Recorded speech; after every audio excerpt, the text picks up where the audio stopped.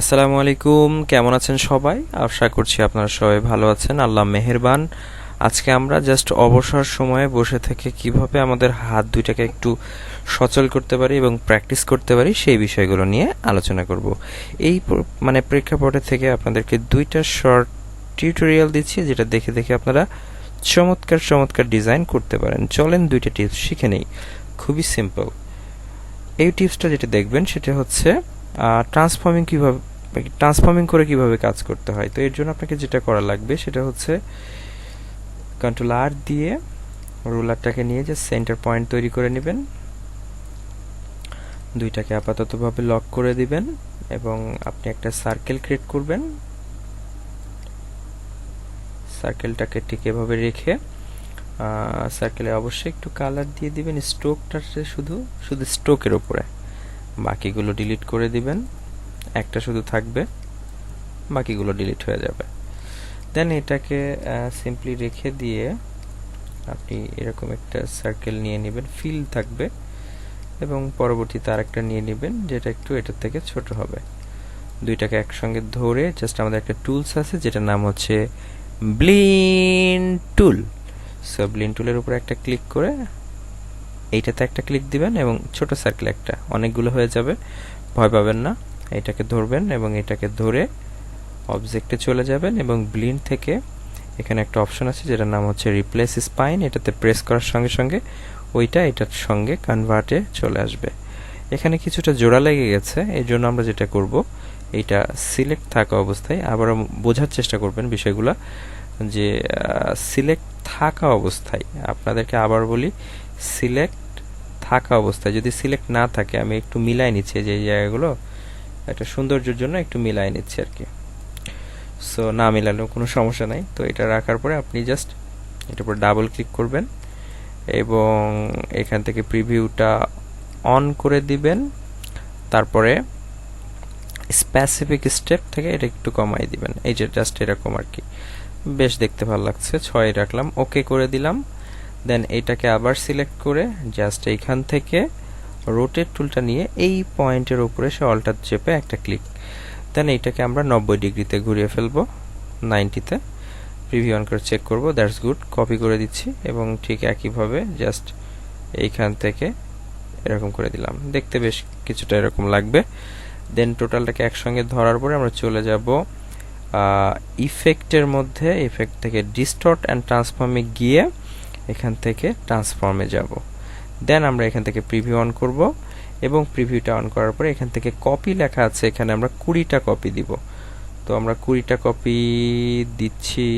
আমি একটু ছোট্ট মিস্টেক করেছি, এই জন্য এটা শো করছে না। আমরা একটু ব্যাকে আসছি, সেটা হচ্ছে এটাকে কন্ট্রোল জি দিয়ে গ্রুপ করে নিতে হবে। কন্ট্রোল জি দিয়ে গ্রুপ না করলে এটা কাজ করবে না। তো আমরা এখান থেকে ইফেক্টে যাচ্ছি, ডিস্টর্ট অ্যান্ড ট্রান্সফর্ম, এখান থেকে ট্রান্সফর্মে যাচ্ছি, প্রিভিউটা অন করছি এবং কপিটা আমরা এখান থেকে 20 করে নিব, 20, এবং এখান থেকে এটাকে 91 করে দিব। আপনার কম বেশি আপনার মতো করে নেবেন যতটুকু দরকার। আমি 91 ভালো লাগছে, 90ও রাখতে পারি। সো 90 যা রাখবেন দুইটা সমান সমান। দেন এখানে এসে আপনি একটু মোচড় দিয়ে দিবেন, পেটের মধ্যে যেরকম মোচড় দেয় না, একটু হাবিজাবি খাইলে যেরকম মোচড় দেয়। সো অ্যাঙ্গেলটাকে একটু ঘুরাই দিলে এরকম আপনারা এখানে সুন্দর দেখেন মোচড় দেব। Wow, that's good, very nice. So আপনি এইভাবে রেখে আপনার ডিজাইন করতে পারবেন। এটা আপনার বিভিন্ন ক্ষেত্রে ব্যবহার হতে পারে। কাজ শেষ হয়ে গেলে অবজেক্ট থেকে এক্সপান্ড করে দিবেন এবং এখানে গিয়ে কালারাইজেশন করে দিবেন। চমৎকার চমৎকার কালার আছে। দেন আপনার এটাকে কালারটাকে আরও সুন্দরভাবে সাজানোর জন্য জাস্ট এখান থেকে আপনি টান দেবেন, দেখেন চমৎকার কালার চলে আসবে। আপনি যদি এখান থেকে কালার চেঞ্জ করেন দেখতে বেশ আরও ভালো লাগবে।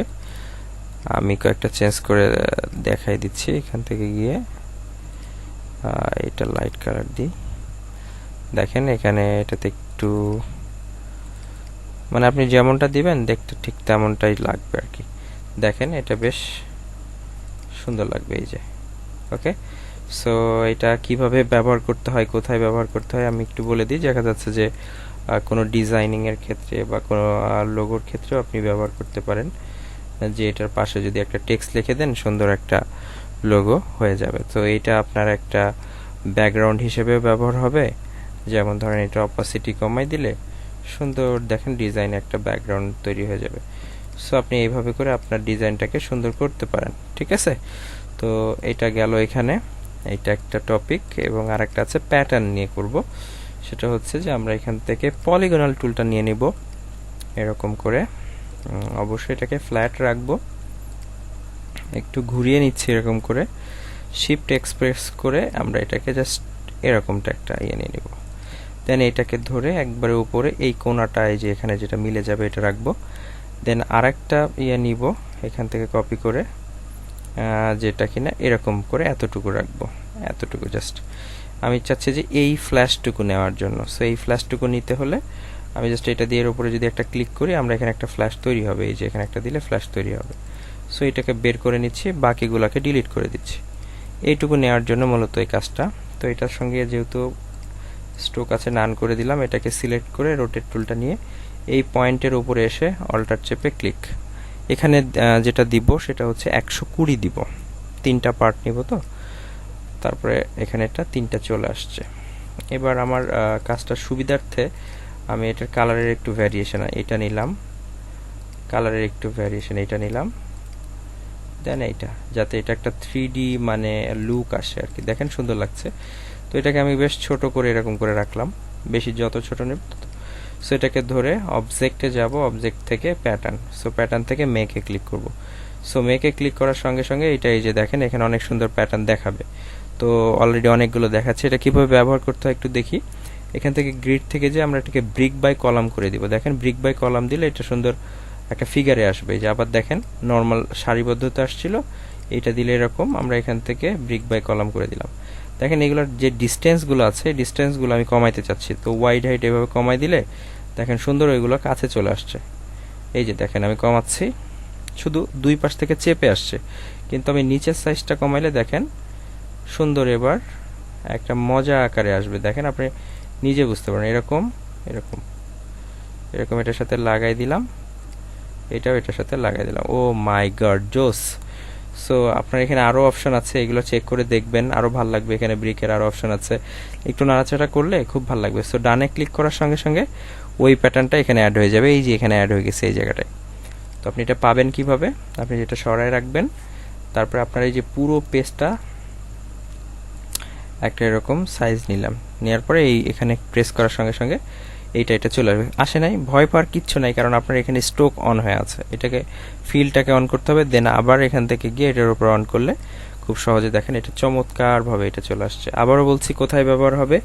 ব্যাকগ্রাউন্ডের ক্ষেত্রে ব্যবহার হতে পারে, বিভিন্ন স্টাইলের জায়গাগুলোতে আপনি ব্যবহার করতে পারেন। খুব চমৎকারভাবে আপনি এটা ছোট বড় কনজিউম করতে পারেন। আপনি যদি মনে করেন যে আপনি এটা সার্কেলের মধ্যে নেবেন, সো আপনি সার্কেলের মধ্যে নিতে পারেন, ঠিক আছে। এখন যেহেতু আমরা এটা ব্যাকগ্রাউন্ড আকারে অনেক কার্ডে, বিজনেস কার্ডে বা অনেক ডিজাইনের ব্যাকগ্রাউন্ড হিসেবে এটা ব্যাকগ্রাউন্ড হয়ে দেখেন এটা খারাপ লাগতেছে।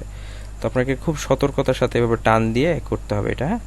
তারপর আপনি আপনার কাজের জন্য এই যে এভাবে শিপ চেপে ধরে রাখলেন এবং এটাকে অ্যারেঞ্জ থেকে সেন্ড টু ব্যাক, এবং দেখেন এটার অপাসিটি কমাই দিলে এটা সুন্দর একটা ব্যাকগ্রাউন্ডের ক্ষেত্রে দেখেন ব্যবহার হচ্ছে। যদি আপনার ভালো না লাগে আপনি আরেকটা কাজ করতে পারেন, সেটা হচ্ছে যে আপনি এইটার উপরে একটা কালার দিতে পারেন এরকম করে,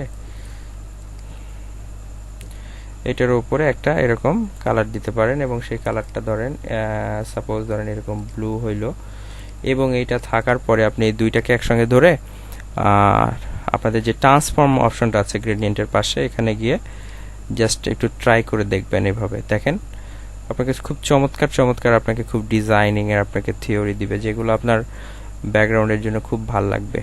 দেখেন খুব চমৎকার, দেখেন এটা নতুন একটা দিচ্ছে। ওকে, এটা আমার ভালো লাগছে, এখানে অপাসিটিটা কমাই দিব। দেখেন সুন্দর, আপনি আপনার কোনো ডিজাইনের ক্ষেত্রে এটা ব্যবহার করতে পারবেন। আবার দেখেন এটা যদি আপনি এইভাবেও না নেন, আরেকটা পদ্ধতিতে ব্যবহার করতে পারেন। সেটা কি? ওইটা না করেও হবে, জাস্ট আপনি এখান থেকে এটাকে এখানে রাখলেন, এটাকে সরাই দিলেন, এই যে এখানে রেখে আপনি জাস্ট এটাকে নর্মাল করলেন, আর এইটাকে এর উপরে রেখে এর উপরে দিবেন, একেবারে অ্যারেঞ্জ থেকে ব্রিং টু ফন্ট দেওয়ার পরে এটাকে নর্মাল করলেন। দেন দেখেন এটার অপাসিটি কমাই দেন, দেখবেন যে আরও মজা লাগবে দেখতে।